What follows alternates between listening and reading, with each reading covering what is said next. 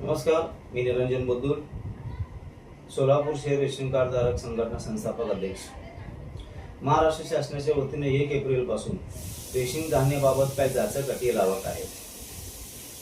या अटीमध्ये बरेच काय अटी आहेत आपल्याला दाखवता येईल, पण महाराष्ट्र शासनावरून सगळ्यांची दिशाभूल करत आहे. एकीकडे केवायसी करा म्हणतात आणि एकीकडे कोणत्याही रेशन दुकानमध्ये धान्य घ्या म्हणतात.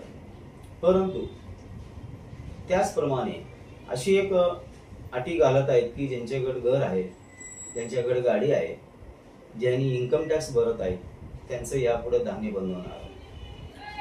आपण एकीकडे म्हणता की कोणत्याही रेशन दुकानमध्ये आपण धान्य घेऊ शकता, पण ज्या वेळेस त्या रेशन कार्ड धारकांचं धान्यच बंद होणार असेल तर तुम्ही कुठं घेणार आहे. म्हणून या नियमाला सक्त विरोध करण्यासाठी उद्या सोमवारी पूनम गेट येथे सकाळी 11 ते 12 दरम्यान भव्य निदर्शने आंदोलन करण्यात येणार आहे. तरी सर्व सोलापूरकरातील सर्व रेशन कार्ड धारकांना विनंती करतो की, सामाजिक संस्थांना पण विनंती करतो की व राजकीय पक्षांना पण विनंती करतो की आपण या आंदोलन सोहळ्यामध्ये जास्तीत जास्त संख्येने आपण उपस्थित राहावे. हा सर्व रेशन कार्ड धारकांचा प्रश्न आहे, प्रत्येकाचा प्रश्न आहे. मी कोणत्याही राजकीय पक्षाविरुद्ध आंदोलन करत नाहीये.